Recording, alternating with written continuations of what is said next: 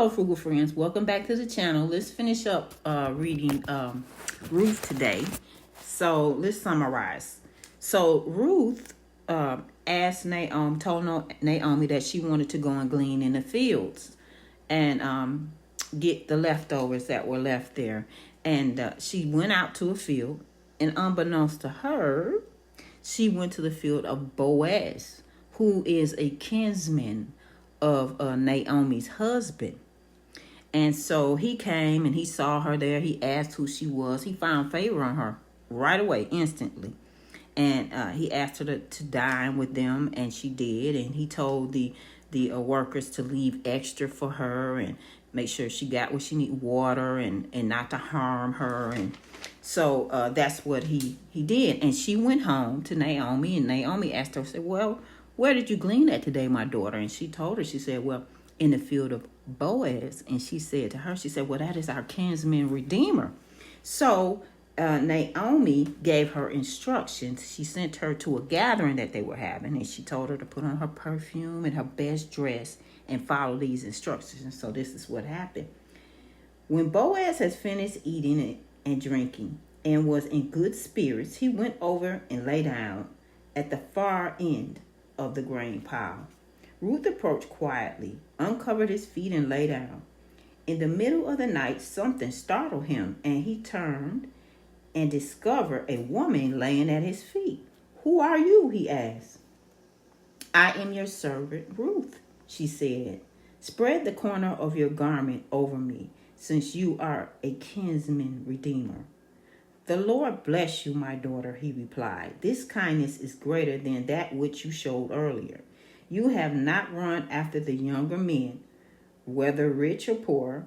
And now, my daughter, don't be afraid. I will do for you all that you ask. All my fellow townsmen know that you are a woman of noble character. Although it is true that I am a near kin, there are kinsmen redeemers nearer than I. Stay here for the night, and in the morning, if he wants to redeem, good, let him redeem. But if he is not willing, as surely as the Lord lives, I will do it. Lie here until morning. And so, I guess that's how, I'm not familiar with the customs, but I guess that was a custom to let him know that she wanted to be his wife.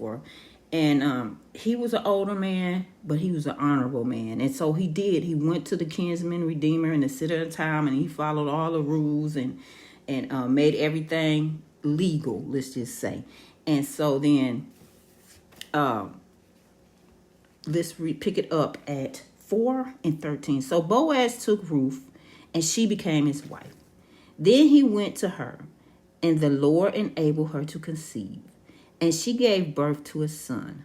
The woman said to Naomi, praise be to the Lord, who this day has left you without, who this day has not left you without a kinsman redeemer.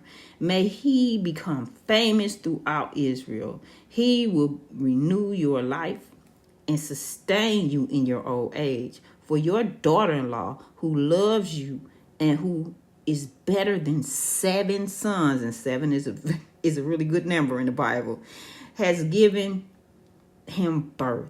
Then Naomi took the child, laid him on her lap, and cared for him. The woman living there said, Naomi has a son, and they named him Obed. He was the father of Jesse and the father of David, of King David. So isn't that a beautiful story? It's a beautiful love story of different kinds, right? All different kinds. A daughter-in-law love for a mother, a man's love for a woman, a grandmother's love for a grandson. It's just a beautiful story. And so let's read the footnote. The heart of loyalty. Ruth's unselfish, extraordinary devotion to Naomi is a challenging example for us. Yes, it's a challenging example for us to imagine doing something like that. What was it that made her so willing to give up the security of her home and go with her mother-in-law to live in a land and experience a culture she did not know? where she had no money, friends, or future prospects. Ruth demonstrated the same love that God has for us, in that he laid down his own life for the sake that she laid down her own life for the sake of her mother-in-law. Jesus says, greater love has no one than this, that he laid down his life for his friends. And Jesus is our friend. He is our brother. He is our sustainer, our strength, our rock, our strong tower. He is our provider. He is our everything. But he is loyal to us, even when we're not loyal, right? Even when we maybe fall away or do something we're not supposed to, he still loves us the same way. He never changes. His love never changes. His love never fails.